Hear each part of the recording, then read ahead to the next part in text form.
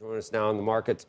Carson Group Chief Market Strategist Ryan Detrick. He is a CNBC contributor. When did you get into town today? See here yesterday. Yes, from Cincinnati.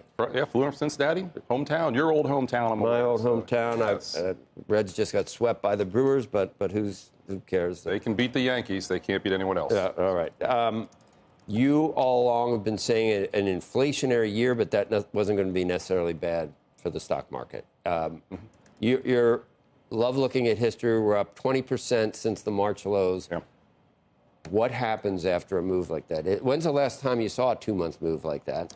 Very rare. It is rare, I guess you could say, off of COVID, right? And then also, again, off of Liberation Day, right? So it's pretty rare. Joe, we were up 19.5% in 42 trading days. That's 2 months, like you just said. We looked in history. Only 7 times has that happened back to World War II. What happened after that? You're higher 3 months later, every time, 6 months later, every time, and a year later, every time. Every time. Now, 7 is a small sample size, yes, but when there's lots of other things we can look at, I think this consolidation, if you will, during June is perfectly normal. I mean, the June swoon, the second half of June's not usually that great. That's kind of where we are. And you've been talking about before I came on, clearly the AI trade is back. So we're still pretty optimistic here after this little June swoon consolidation here. 1999, and we just lost down in Greenspan. You missed that, too. I do. I was clued in on. But we pointed out that irrational exuberance, that was 1996. Mm-hmm. So a lot happened between 96 and 99 to add to the exuberance. Right. You look at a stock chart of Micron or SanDisk or Western Digital or any of these, and it looks like 1999, but we just saw Micron's numbers that completely support the bullish, or even more than support it. They make it seem like it could even go higher. So I said it earlier, it's different this time because it's backed up by numbers. Well, no, that's true. It is. And, that speech, I believe, was December 5th, 1996. 1996. When he talked about that, and the S&P doubled until the next 3.5 or so years, and the NASDAQ was up like 300%. So 300%. 300%. So those things can happen. I think what's neat the last couple of days, just by the way, welcome back, Andrew. Thank you. Yeah, last couple of days, what's happened, the market was down, yes, but 2 days ago, down 1.4% on the S&P 500, yet more stocks were up than down on the S&P 500. Yesterday, virtually flat, but over 300 stocks were up. So tech didn't do all that well, but what did well? Financials, industrials, healthcare. I know lots of guests have talked about this, but this rotation is real, and how we're looking at it, Joe, is kind of like a barbell approach. Yes, we are still slightly overweight technology over here, but to have some financials and some industrials over here, not to go too crazy with the tech trade here, but we call our outlook Ride the Wave, and our mid-year outlook's coming out very soon. It's called Still Riding the Wave. Very creative, I know, but these waves are still real in our opinion. Well, there's internal rotation because chips pulled back, and now it looks like they might have made, the bump in the road. Are we past it?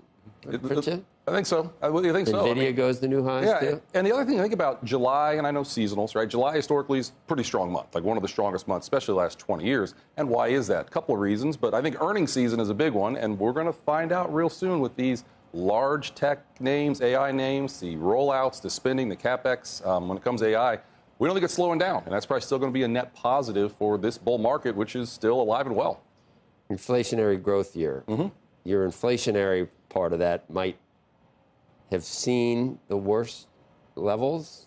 I'm talking about inflation. Yeah, with what's going on with crude oil and energy prices, probably. But we, again, said inflationary growth. We thought inflation this year would be about 3 to 3.5%. But again, with a strong economy led by earnings, led by lots of things, profits and margins, that's all been playing out.